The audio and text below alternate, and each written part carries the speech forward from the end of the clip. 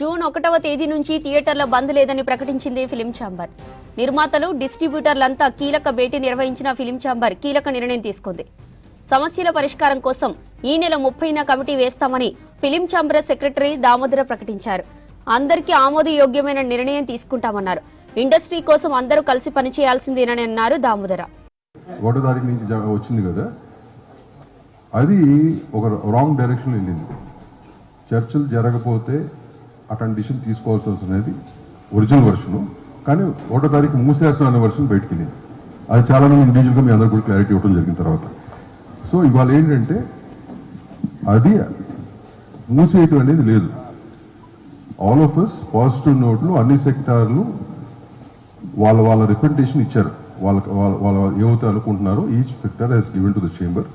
ఈ 30th మాకు EC meeting ఉంది. ఈసీ మీటింగ్లో చర్చించి we are going to form a committee.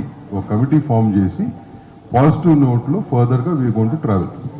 And travel in the sense ఒక టైం లైన్ పెట్టుకుని ఆ టైం లైన్లో మూడు సెక్టార్స్ ఒక ఇష్యూస్ని అడ్రస్ చేస్తూ, ఎందుకంటే ఈ 3 సెక్టార్స్ ఇష్యూ ఎందుకంటున్నారంటే అన్ని ఇంటర్లింక్డ్ అయ్యి ఒకదానికి ఇంటర్లింక్డ్ ఉన్నాయి. సో ఇవన్నీ కూడా అన్ని సెక్టార్ పరిగణలోకి తీసుకుని we'll move forward in a positive note.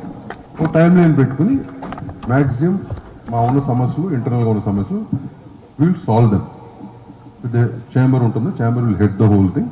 30th EC meeting రోజు ఆ కమిటీ వేయటం జరుగుతుంది. From then the whole thing is going to go forward. Right now ఈ బంధు గిందు అనేది అట్లాంటివి ఏమీ లేవు. All of us are there, all organizations are there. Telugu Film Chamber of Commerce, Telugu Film Producers Council, Telangana State Film Chamber of Commerce, which are the main bodies of the industry. All of us are here. ఈ బాడీస్లో ఎగ్జిబిటర్లు కానీ డిస్ట్రిబ్యూటర్లు కానీ from all state both the states are present in these bodies. So అందరి సమక్షంలోనే ఇది జరిగింది. మన positive note we are going to move forward. Any other news which is coming in different angles kindly do not consider. ఎందుకంటే ఇట్లాంటి న్యూస్లు they are just creating disturbance for the business and with in the sectors. ఇప్పుడు అసలు main issue ఎందుకు ఇచ్చారు? అదేదో cinema దానికోసం చేశామని ఇచ్చారు. అది లేదు కదా, ఇప్పుడు ఆ సమస్య లేదు ఇప్పుడు. రైట్, మాకు 100 ప్రాబ్లమ్స్ ఉన్నాయి సెక్టార్స్ మధ్యలో, అన్ని ఇంటర్లింక్ ఉన్నాయి. ఇవన్నీ అడ్రస్ చేస్తూ we have to move forward. If the industry has to survive, మేము ముగ్గురు ఉండాలి కదా. All 3 of us have to survive. Right. So gap వచ్చింది కొన్నేళ్లుగా, ఈ డిస్కషన్లు కానీ కానీ జరగల. ఇప్పుడు జరుగుతుంది. On positive note next road map ఏంటని డిసైడ్ చేస్తాం. రైట్, ఇక మరిన్ని డీటెయిల్స్ లక్ష్మి అందిస్తారు. లక్ష్మి, జూన్ 1 నుంచి థియేటర్ల బంద్ లేనట్లు తెలుస్తుంది. డీటెయిల్స్ ఏంటి? రైట్ జ్యోతి, ఈ నెల 18వ తారీఖున పర్సంటేజ్ విధానం కనుక అమలు చేయకపోతే థియేటర్స్ బంద్, జూన్ 1 నుంచి థియేటర్స్ బంద్ అంటూ చెప్పి ఆఫ్ ది రికార్డ్లోనే ఒక మెసేజ్ అయితే మాత్రం మీడియాకు పాస్ చేయడం జరిగింది. ఆ తర్వాత బ్రేకింగ్స్ పడడంతో అటు నిర్మాతలు కావచ్చు, డిస్ట్రిబ్యూటర్స్ కూడా ఉలిక్కిపడ్డ సిచ్యువేషన్ చూసాం. దాని తర్వాత దశల వారీగా పెట్టుకున్న మీటింగ్స్ మళ్ళీ ఈ రోజు ఇటు ఏపీ గవర్నమెంట్ కూడా నిన్న ఇన్వాల్వ్ అవ్వడంతో ఈ రోజు ఎగ్జిబిటర్స్, డిస్ట్రిబ్యూటర్స్ అలాగే నిర్మాతలు ఈ ముగ్గురు కూడా మీటింగ్ పెట్టుకోవడం జరిగింది.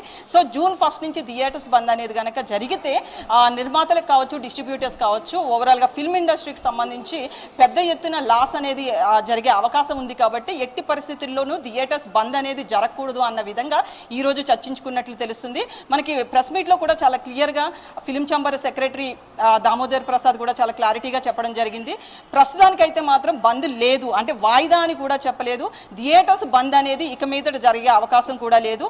మేమందరం అంటే ఇటు డిస్ట్రిబ్యూటర్స్ నుంచి కావచ్చు, అలాగే ఎగ్జిబిటర్స్ నుంచి, నిర్మాతల నుంచి, ఈ ముగ్గురు నుంచి కూడా జాయింట్ కమిటీ అనేది వేసుకుని, అంటే ఒక్కొక్క సెక్టార్ నుంచి పర్సన్స్ సెలెక్ట్ చేసి ఒక జాయింట్ కమిటీ వేసుకుని ఆ దిశగా చర్చలు చేస్తాము.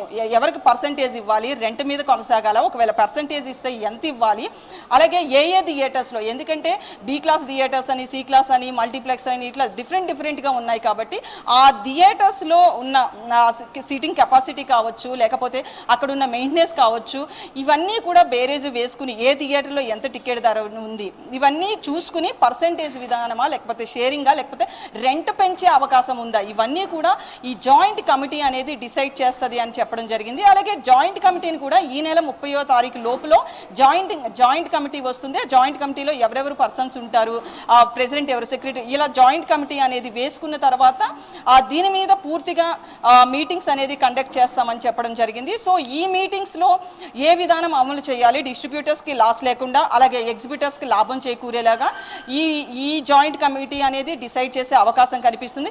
అయితే జాయింట్ కమిటీ అనేది 30 లోపు వేసినప్పటికీ కూడా దాని తర్వాత ఏ టైం పీరియడ్ లోపు ఈ విధానం ఏది థియేటర్స్ డిస్ట్రిబ్యూటర్స్కి సంబంధించి జరుగుతున్న వివాదంలో ఎవరికి ఏ పర్సెంటేజ్ ఇస్తారు అనేది మాత్రం తేలాల్సి ఉంది. దీనికంటూ టైం పీరియడ్ పెట్టుకోలేదు. ఓన్లీ జాయింట్ కమిటీకి మాత్రమే 30వ తారీఖు అనేది టైం పీరియడ్ పెట్టినప్పటికీ కూడా దాని తర్వాత పర్సెంటేజ్ విధానానికి సంబంధించి ఏ లోపు ఇంప్లిమెంట్ చేస్తాము, అంటే 2 నెలల్లోనా 3 నెలల్లోనే ఇంప్లిమెంట్ చేస్తామా అనేది మాత్రం ఒక క్లారిటీ ఇవ్వలేదు. అలాగే దాంతోపాటు ఏ సమస్యలు ఉన్నప్పటికీ ఇండస్ట్రీకి సంబంధించి ఈ 3 సెక్టార్లకు సంబంధించి ఏ సమస్యలు ఉన్నా మేమే పరిష్కరించుకున్నాం, కానీ బయట వాళ్ళు ఎవరో వచ్చి పరిష్కరించలేదు. సేమ్ ఈసారి కూడా అదే జరుగుతుంది. పర్సెంటేజ్ విధానంలో కూడా సేమ్ మేమే డిసైడ్ చేసుకుంటాము, బయట వాళ్ళ ఇన్వాల్వ్మెంట్ అవసరం లేదు అని కూడా చెప్పడం జరిగింది. దాంతోపాటు ఏంటంటే ముఖ్యంగా ఈ పవన్ కళ్యాణ్ సినిమా ముందుండడం, అలాగే ఏపీ గవర్నమెంట్ ఇన్వాల్వ్ అవడం, అలాగే కొంతమంది నిర్మాతలు ఇక్కడ అంటే డిస్ట్రిబ్యూటర్స్ ఎగ్జిబిటర్స్ కావాలని ఈ వివాదాన్ని క్రియేట్ చేస్తున్నారు అన్న దాని మీద కూడా ఒక క్లారిటీ ఇవ్వడం జరిగింది. ఎవరు కూడా కావాలని చెయ్యట్లేదు అని పైకి ఆన్ రికార్డ్లో చెప్పినప్పటికీ కూడా లోపల అనేది ఒక చిన్న ఇష్యూస్ అయితే ఉన్నాయి. ఆ వివాదాలు కూడా చర్చించుకోవాల్సిన అవసరం ఉంది. దాని మీద కూడా ఒక క్లారిటీ అయితే రావాల్సి ఉంది. అయితే త్వరలోనే పవన్ కళ్యాణ్ సినిమా రావడం, కుబేరా కావచ్చు, కన్నప్ప కావచ్చు, ఇలాంటి సినిమాలన్నీ పెద్ద సినిమాలు జూన్లో ఉన్నాయి. బేసికలీ మనకి మే నెలలో ఎప్పుడు కూడా పెద్ద సినిమాలు వస్తుంటాయి. మే కలెక్షన్స్ హాలిడేస్ కావడంతో మే కలెక్షన్స్ని రాబట్టుకోవడానికి ఎక్కువగా ట్రై చేస్తారు. కానీ ఈ సమ్మర్లో మాత్రం చాలా వీక్గా నడుస్తుంది.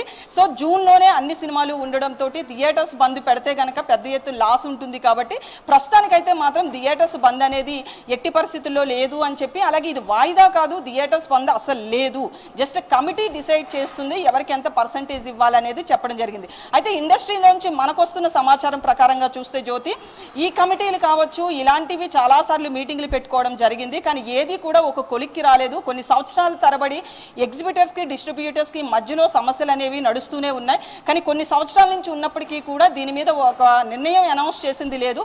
సో ఈ మీటింగ్ కూడా అలాగే అవుతుంది. అంటే కమిటీ వేసినా కూడా దానివల్ల పెద్దగా ఉపయోగం లేదు అని కూడా కొంతమంది ఇండస్ట్రీ నుంచి చెప్తున్నమాట. అయితే మాత్రం 30వ తారీఖు తర్వాత జాయింట్ కమిటీలో ఎవరుంటారు, ఆ తర్వాత మీటింగ్స్ ఎట్లా పెడతారు అనేది మాత్రం చూడాల్సి ఉంది జ్యోతి.